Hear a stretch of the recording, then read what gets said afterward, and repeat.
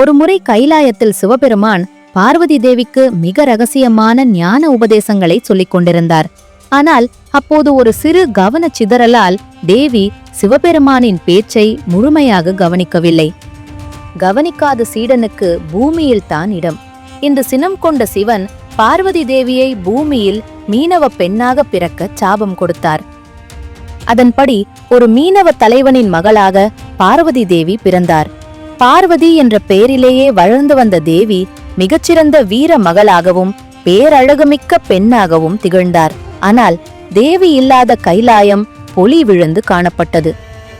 தேவியை மீண்டும் அழைத்து வர சிவபெருமான் ஒரு திருவிளையாடல் புரிந்தார். நந்தி தேவனை ஒரு பெரிய சுறா மீனாக மாற்றி கடலுக்கு அனுப்பினார். அந்த சுறா மீனவர்களின் வலைகளை கிழித்து பெரும் தொல்லை கொடுத்தது. யார் இந்த சுறாவை பிடிக்கிறார்களோ அவர்களுக்கே என் மகளை திருமணம் செய்து தருவேன் என்று மீனவத்த தலைவன் அறிவித்தார். அப்போது சிவன் ஒரு இளைஞனாக வந்து அந்த சுறாவை அடக்கி தேவியை சிறைப்பிடித்தார். இறுதியில் இருவரும் மீண்டும் கைலாயம் சென்றனர்.